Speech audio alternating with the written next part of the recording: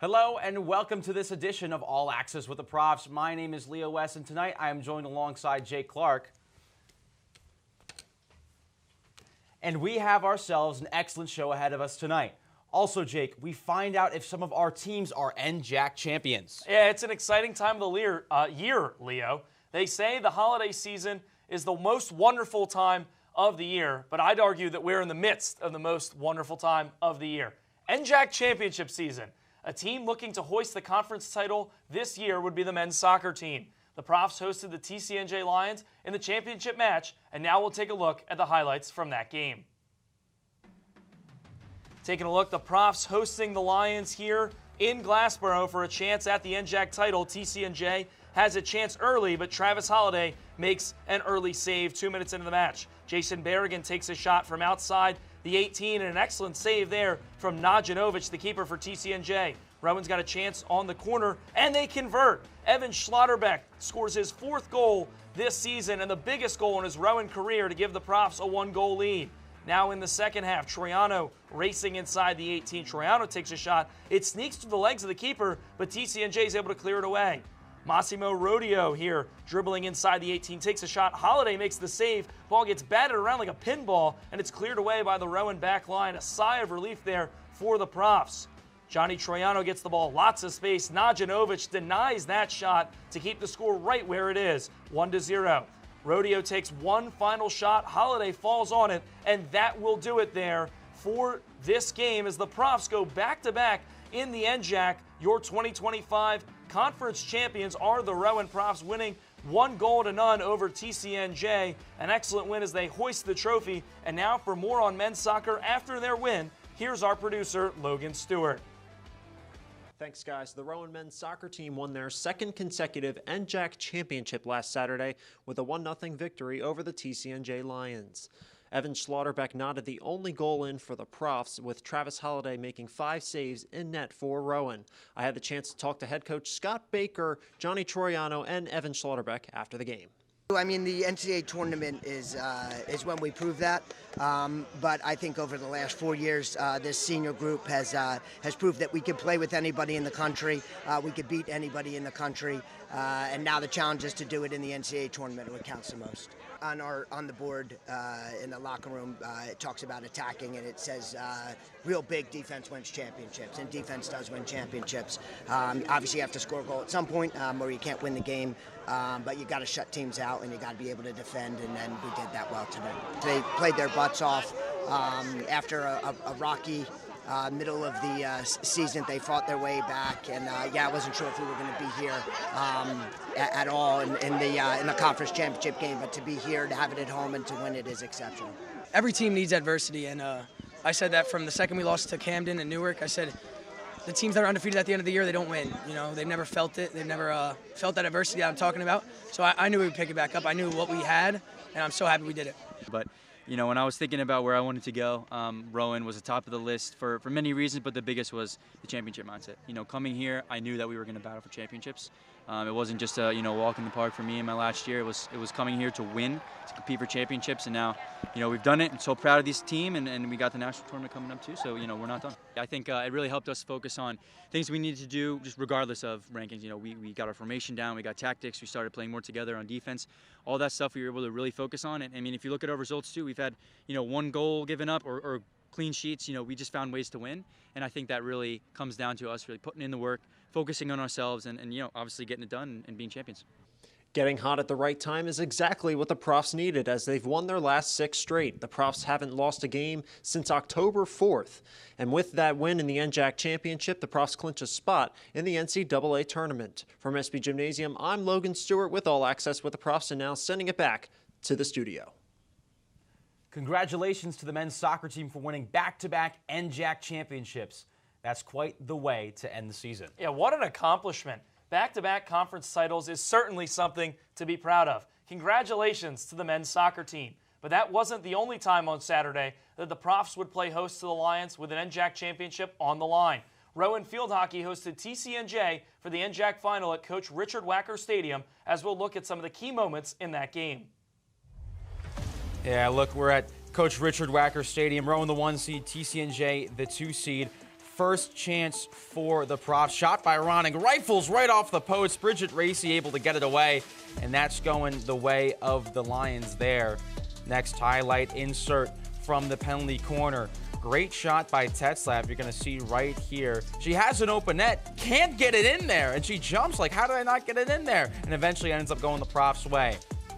So now another chance for the Profs. McClellan, she's on the insert this time. Slaps it in. That's going as far as Herman. And then Ronning gets a shot, saved by Racy. She's chasing after Wiesler. Another shot, and then parried away. Unbelievable stuff from the TCNJ Lions goalkeeper right there as it falls out of bounds. Now another chance. Here come the Profs, storming down the middle of the field. Ronning, she had a lot of shots today. Gives it up to Fody. Fody has a chance. Saved by Racy. Unbelievable stuff from the TCNJ keeper. Now a chance for TCNJ late in the fourth quarter. Will they do it? The huff. The shot. Parried around in the box. Saved by Giuliano. Unbelievable. Both goalkeepers were exceptional in this game. And another late chance for the Lions. Huff with a shot. That whistles right by the post. And we are headed into overtime. Well, just after this, or just before overtime, one last chance for the Profs. Are they going to do it? Ronning, fires, saved by Racy. Wiesler with a shot. Another save, Racy. Unbelievable stuff. She's the best goalie in the NJAC for a reason. Now, overtime, 7v7. Here's Herman. Puts it across the face of goal. Swing and a miss by Ronning. Still has a chance. Off the post. And it's going the way of the Lions. Now, a chance for the Lions to do it. Almost at the end of the first overtime period. Shot by Tetzlaff. Redirected by Drew. Again, another save by Giuliano. Another shot. Another save. Unbelievable stuff from the Profs keeper. Here come the Profs. Herman. Spin move. Fires it. Saved by Racy. Kicked away by Racy. Unbelievable stuff right there. Now the insert. Ronning. The shot. Bounced around. Herman tries to pick it up. She shoots. Then Wenzel gets a shot. It's in! Profs win 5 straight NJAC titles for Coach Michelle Andre's team. What a win. 1-0 your final score. And now we're going to send things down to Nick Wilson, who has more from Coach Richard Wacker Stadium. Thanks, guys. Rowan Field Hockey took on TCNJ during the NJAC Championship game on Saturday night, where they came away with a huge 1-0 win in double overtime off a goal from Kaylee Wenzel. After the game, I had the opportunity to talk to head coach Michelle Andre, captain Tess Herman, and Kaylee Wenzel for their thoughts on the game. Feels great. I feel like I'm going to throw up. I'm super proud of this group. They played with a lot of heart. They played with so much effort, so much grit, determination, and they did it the right way all season. Well, we play the schedule. We play to make ourselves so we can win the AQ here and make a run in the NCAA tournament. You know, our next goal is to make a run for the national championship, and if we play with this type of determination and passion, we're a good field hockey team. The rest will fall into place. It was the best they played all season, and I couldn't happen at a better time, and I'm so proud of them. And it was great to watch. I knew there was nothing that I could really do. They had the game in their hands the whole time. Our goal from the start was NJAC championship, and we've had our bumps in the road this season, that's obvious, but I think because we're family, we're able to come together, and I think we're unstoppable as a family, and we heard it on the sidelines, we heard it on the field, we heard it in the stands, and I think it was so important to have that on our backs today. I was just so excited. I was right in front of the goal all week. Michelle has been on us. She's like, I need you on the goalie. I need you to block her view out. And once Tess had hit that ball to me, I was like, I need to lay my body on this ground, and I am getting it to the back of the net, and that's what it did. So I was very excited. My first thought was just get the ball in the circle, and I got it to Kaylee, and she was there in perfect timing, and I swear I watched it in slow motion, watched her get it in the back of the goal, and I don't have no emotions. I'm in shock. I love it. If we continue this momentum, we're unstoppable, like I said. And if we just continue just putting our body on the line, playing through tears, sweat, blood, everything, I think we'll have a great outcome for us. With this win, the Profs have now clinched the NJAC for the 5th year in a row and the NCAA tournament for the 7th year in a row. For All Access with the Profs, I'm Nick Wilson reporting from SB Gymnasium. Back to you guys in the studio. Wow, the Profs beat TCNJ in not one, but 2 sports on Saturday. Congratulations to Rowan's field hockey team, and it looked as though Leo made a cameo. Friday night, the women's soccer team had the chance to win the conference on the road at Montclair State. Could Rowan add another title to the trophy case this season? To find out, Sydney Chella has the latest. Thanks, Jake and Leo. It was a devastating loss for the Rowan women's soccer team. Last Friday, the Profs traveled to Montclair where they took on the Red Hawks in the NJAC championship game. The Profs battled hard, but in the end could not pull out a victory. No goals were scored throughout the first half of play. Sienna Sowers broke the silence 67 minutes into the game to put the Profs up 1-0. But with 4 minutes left in the game, Montclair bounced back with a goal, sending the game into what would become a scoreless double overtime. In a shootout for the NJAC title, Montclair pulled ahead, defeating the Profs 4-3 in penalty kicks. This is the second year in a row that the Profs have fallen to the Montclair State Redhawks in NJAC tournament play.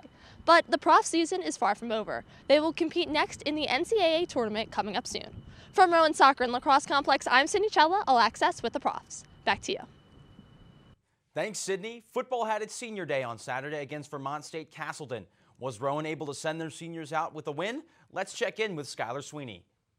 Thanks, Leo and Jake. Rowan football made senior day one to remember, delivering a commanding performance in a 62-7 win over Vermont State Castleton, the first ever meeting between the two programs. Nunez Bukala set the tone early, breaking loose for a 69-yard touchdown on the game's first play and finishing with 104 yards and 2 scores. The Profs' offense was relentless, racking up 611 total yards and finding the end zone on their first 7 drives. Quarterback Nate Myers went a perfect 5 for 5 through the air for 121 yards and 2 touchdowns to Michael Zarfati, who totaled 84 yards on the day. The defense added to the highlight reel as Jaden Everett returned an interception 50 yards for a touchdown, helping Rowan build a 55-0 halftime lead. The 62-point outburst was Rowan's highest since 2009, a strong statement on senior day and a memorable way to close out their home schedule. Reporting from SB Gymnasium, I'm Skylar Sweeney with All Access with the Profs, sending it back to you guys in the studio.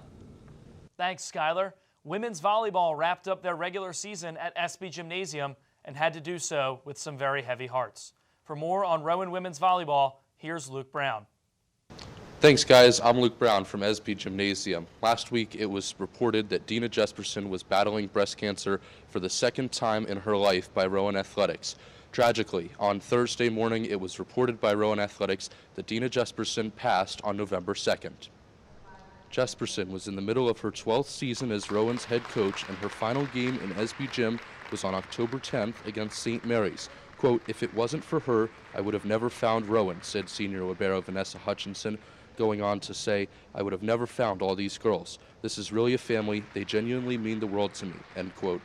Hutchinson and Jenna Call are the only 2 seniors on this team's roster and have been assigned the heavy task of leading the team through the hard times. Call, an outside hitter, talked about adversity at the start of the season and leading the team, quote, "through the hard times." At the time, she meant getting her team to play well while down a few points or responding to a tough loss.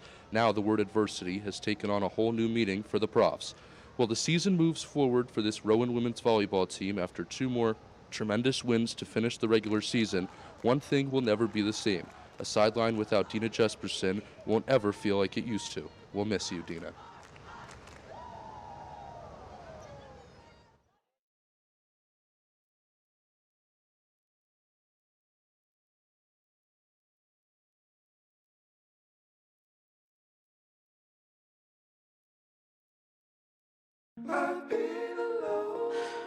I wonder if you know that I want the best for you. But how long will you fight solo? I wonder if you know that we can get help. Not wondering anymore. Love, your mind.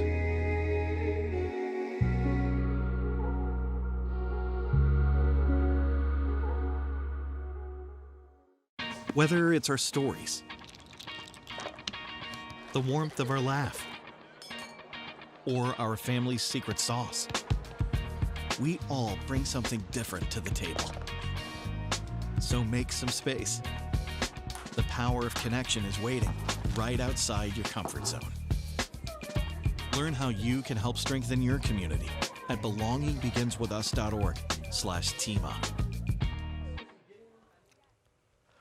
We are back here once again taking a look at all the Profs action in store for this upcoming week. I am Ian Harper, and let's jump right into it. For the first time in a while, we actually don't have any games going on right now, as our first action of the week will start tomorrow night. It is a massive week for Rowan Athletics, beginning with the 14th ranked field hockey team hosting Lynchburg in a high-octane matchup. The Profs begin play at 3 p.m. for the first round of the Division III NCAA Field Hockey Championship, and the team will look to extend their 3-game winning streak into the tournament. We kick it back on over to some regular season basketball tip-offs later on Wednesday evening, with both squads looking to bounce back from tough losses on Sunday. The men's team is up first with a 6 p.m. matchup against Mary Washington, followed by the women's home opener right here at SB Gymnasium as they square off against Delaware Valley at 7:30 p.m.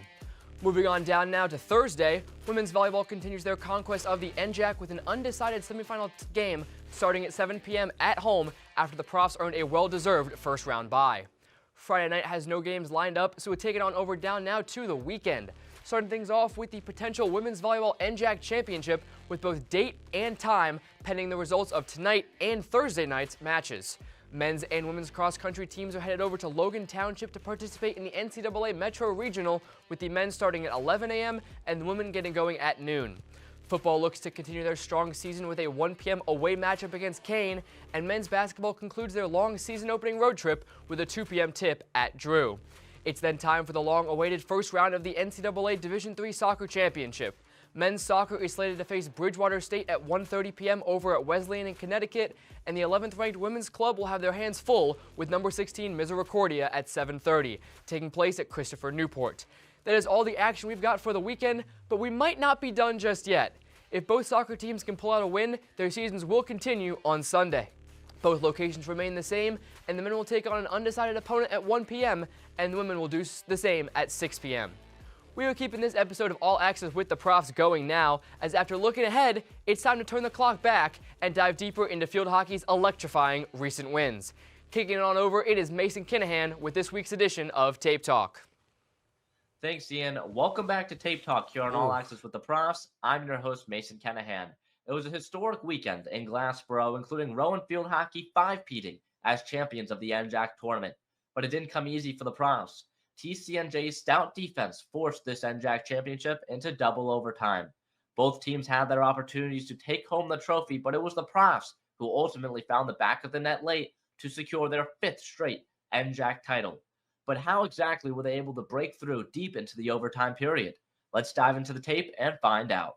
All right, here we go. 4:45 to go in double overtime before we get a penalty shootout in the NJAC championship. How are the Profs going to be able to get it done on their 24th corner of the game? Well, they've been applying a lot of pressure on the Lions of TCNJ currently, and they're going to continue to do so. Mia Fode's going to apply a shot on the net. It gets blocked by a TCNJ defender, but it bounces right to Tess Herman. Herman's going to be able to win possession. She knows that Rowan still has numbers deep inside the circle. She's going to put on her shot herself. It goes off of the goalkeeper's pads. And how about Kaylee Wenzel, able to get the rebound on a wide open net? And Gracie Merrick is there to, tap it in if needed. But the Profs are NJAC champions just like that. Their 5th straight, a major, major accomplishment here for Rowan Athletics. Rowan Field Hockey is currently a dynasty in the NJAC with 5 straight NJAC titles, something that is just completely unbelievable. They're going to look to try and continue this momentum into the NCAA tournament this week. But that'll wrap up Tape Talk here on this week's segment on All Access with the Profs. I've been your host, Mason Kinahan. Now let's send it over to the debate segment and Sam Prince. Sam, take it away. Thanks, Mason. Hello and welcome back to the debate segment. I'm your host, Sam Prince. Alongside me today is Greg Mazzo, Keegan Thompson, and Gerasimus Drasilio.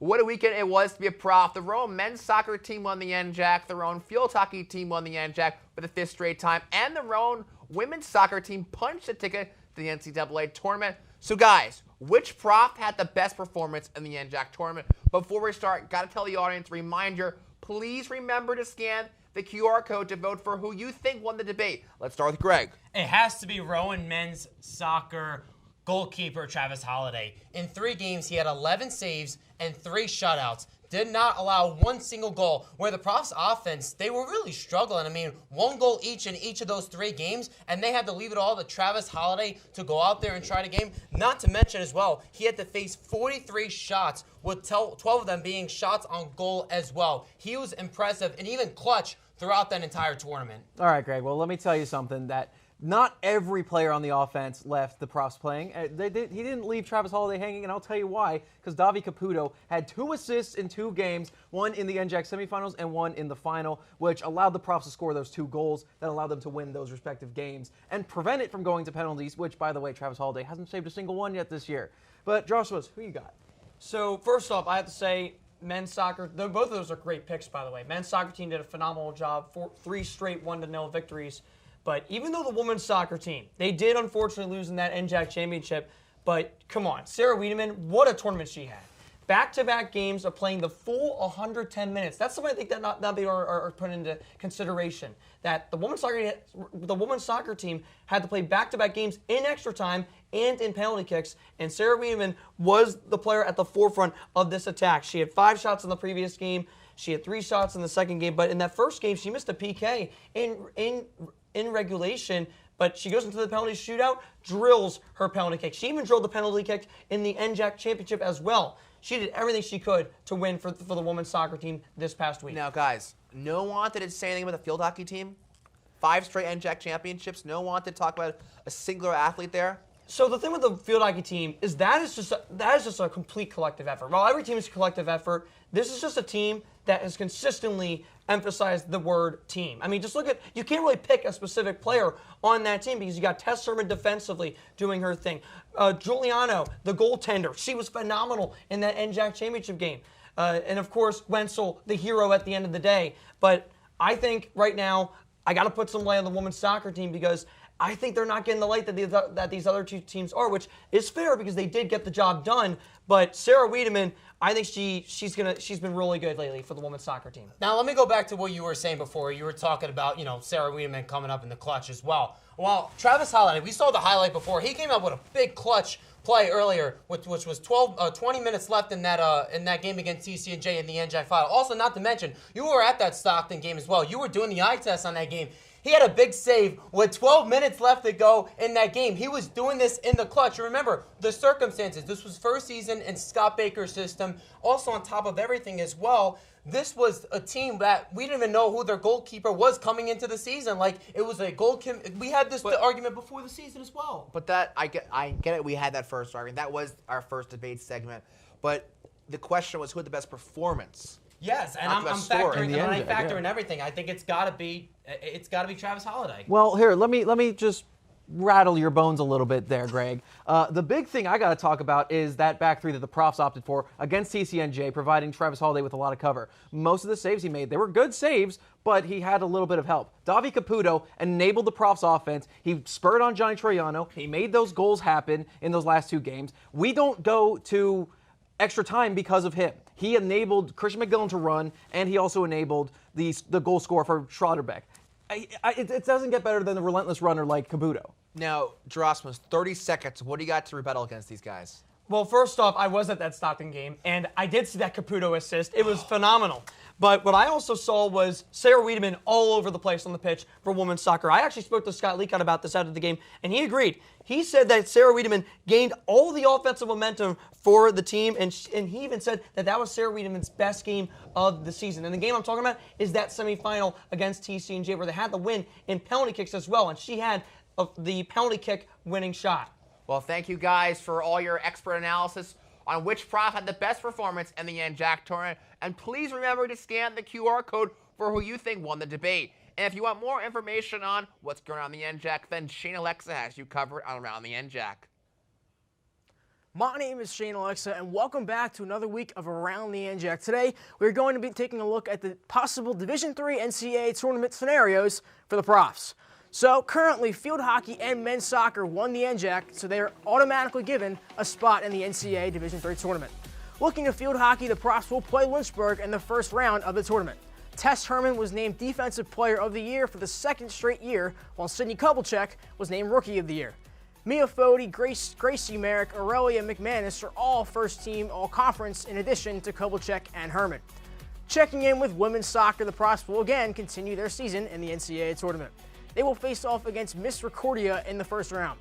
Juliana Giordano was named the Defensive Player of the Year. Olivia Giordano, Liana Sanfelice, Sarah Wiedemann, and Michaela Baker were all named first-team All-Conference players. Turning to men's soccer, the Profs season is not done yet. They will face off against Bridgewater State in the first round in the NCAA tournament.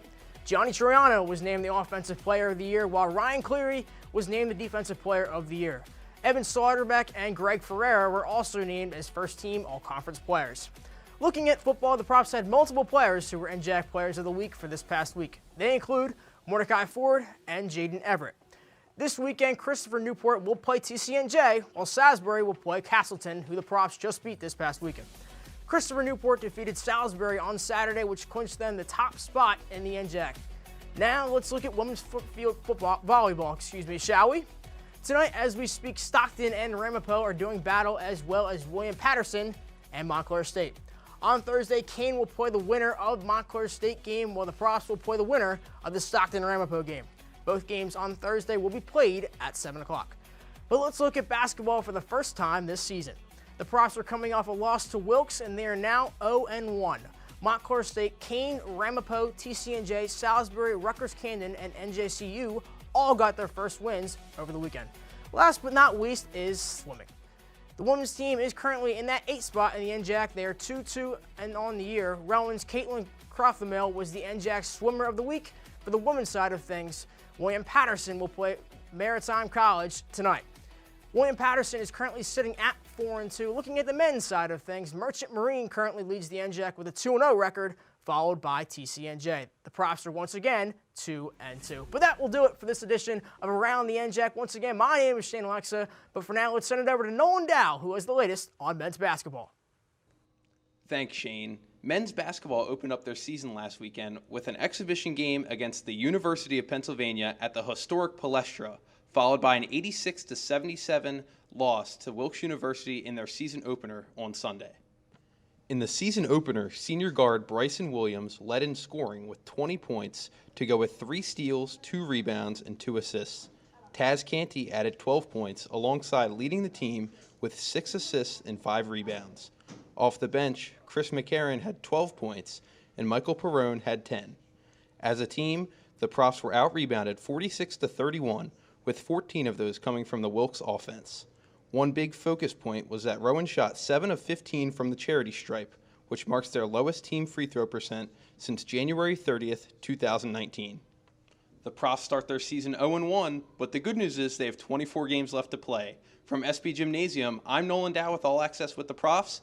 Time to send it back to the studio. Thanks, Nolan. Women's basketball also opened their season on Sunday against the Elizabethtown Blue Jays from home. Let's see if the Profs were able to get things started off right. Brett Gardner has the latest. Thanks, guys. Rowan's women's basketball team's season officially began on Sunday after they took a road trip to Elizabethtown to play the Blue Jays, where they lost a close one, 58-55. The women's basketball team trailed behind the Blue Jays for 3 quarters of play, but during the 4th quarter, the Profs attempted a comeback to try and steal the victory, led by Jess McLaughlin, who scored a career-high 20 points, and Abigail Jasmine, who tallied 9 points and 8 rebounds. Megan Donaldson also had a good game with 8 points and 9 rebounds. After holding the Blue Jays to just 2 for 15 shooting in the 4th quarter, the Profs ultimately came up short in the end, just narrowly losing the game by 3 points. Not the start the women's team intended to have, but they hope to record their first win next week. With the Profs, back to you guys in the studio. Thanks, Brett. Rowan men's and women's swim teams are in full swing.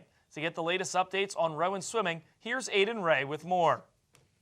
Thanks, Jake and Leo. The Rowan men's and women's swimming teams both competed this Saturday at Westchester University. None of the teams were able to get a victory during their meetings on Saturday, and both teams will fall to 2-2 on the season. So starting off with the men's team, who lost their matchup 151-53, there was still some upside from the meet. The 400 free relay of Braden Sheehan, Drew Westhoven, Mason Parks, and Joshua Oliveira touched the wall first in a time of 3:13.85, Westhoven and Oliveira were also paired with Owen Masters and James Bigot, who took second in the 200 medley relay.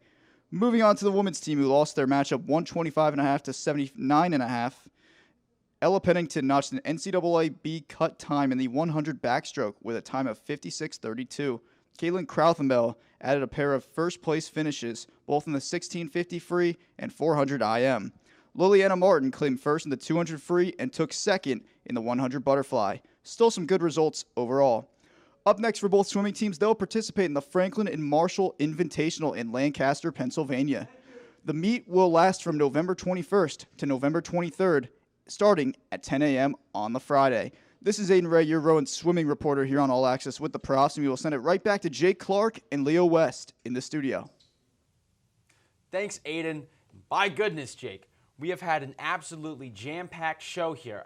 I can't believe we've had so much to cover, and we've been able to cover so much, and still there are some great segments left. Yeah, we've got plenty of good stuff still on slate for this episode. Speaking of good stuff, I can't think of anything better than Jacob Michaud and his Magic Minute. Take it away, Jacob.